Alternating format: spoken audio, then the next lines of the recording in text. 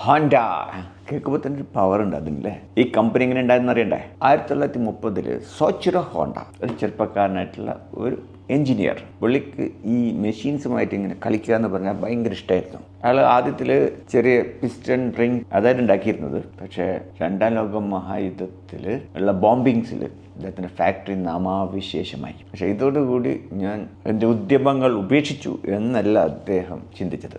അദ്ദേഹം പുതിയ വാതായനങ്ങൾ തേടിപ്പോയി. പണ്ട് കാലത്ത് പെട്രോൾ അത്ര അധികമൊന്നും അങ്ങനെ കിട്ടുന്നുണ്ടായിരുന്നില്ല.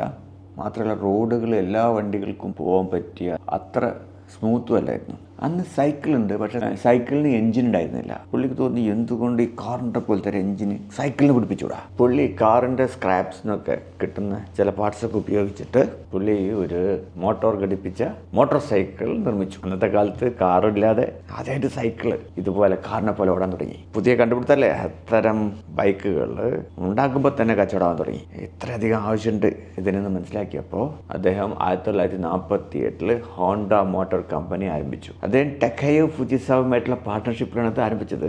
1950 ആയപ്പോഴേക്കും ഹോണ്ട ജപ്പാനിൽ ഏറ്റവും കൂടുതൽ മോട്ടോർ സൈക്കിൾ ഉൽപ്പാദിപ്പിക്കുന്ന കമ്പനിയായിരുന്നു. ഹോണ്ടയുടെ ബൈക്കിൻ്റെ പ്രത്യേകത എന്ന് വെച്ചാൽ അതിനെ കണ്ണും പൂട്ടി വിശ്വസിക്കാം. മാത്രമല്ല അതിൻ്റെ എൻജിനീയറിങ് മറ്റ് ബൈക്കുകളിൽ നിന്നും മികവുറ്റതായിരുന്നു. 1958 അവരുടെ സൂപ്പർ കബ് എന്നുള്ള മോഡൽ ഇറങ്ങുന്നത്. അതായത് അധികമൊന്നും വിലയില്ലാത്ത, വെയിറ്റൊക്കെ കുറഞ്ഞിട്ടുള്ള, ലോകത്ത് ഒരുപാട് പേർക്ക് പ്രിയങ്കരമായിരുന്ന ആ ബൈക്ക് ഇറങ്ങിയത്. പക്ഷേ ഹോണ്ട അതുകൊണ്ടൊന്നും തൃപ്തിപ്പെട്ടിട്ടായിരുന്നില്ല.